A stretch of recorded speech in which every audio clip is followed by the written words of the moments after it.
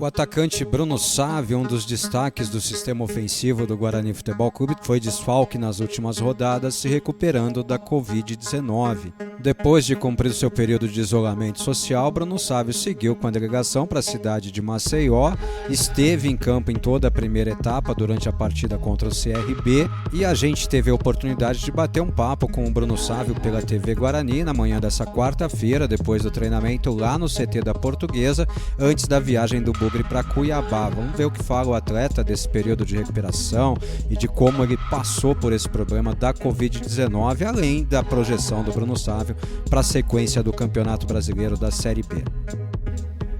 Sávio, tudo bem? De volta aí desse período de afastamento depois da Covid-19. Como é que foi encarar a Covid e já voltar para campo logo de cara, Bruno?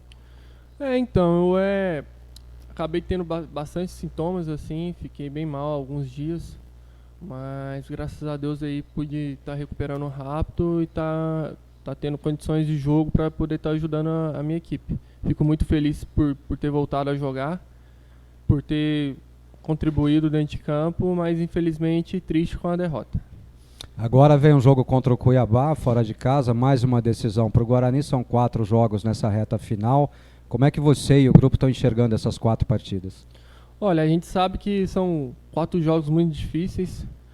Reta final de Série B sempre é mais difícil, todas as equipes têm os objetivos e os jogos se complicam bastante. Então a gente sabe que vai ser jogo difícil, a gente vai entrar sempre respeitando os adversários, mas sempre buscando o nosso objetivo, que é estar ganhando, estar colando a parte de cima da tabela e brigando até o final. E aí a gente viu que você fez uma baita atuação na primeira etapa da partida e tal. Como é que foi fisicamente, sabe, jogar essa partida? Você tinha condição de jogar mais que isso ou era só o primeiro tempo mesmo? Então, a gente tinha em mente entrar no segundo tempo, mas infelizmente o Matheus aí teve uma complicação numa cotovelada que ele tinha recebido aí contra o Ponte Preta. Fico feliz por ter entrado em campo como titular, ter voltado a jogar.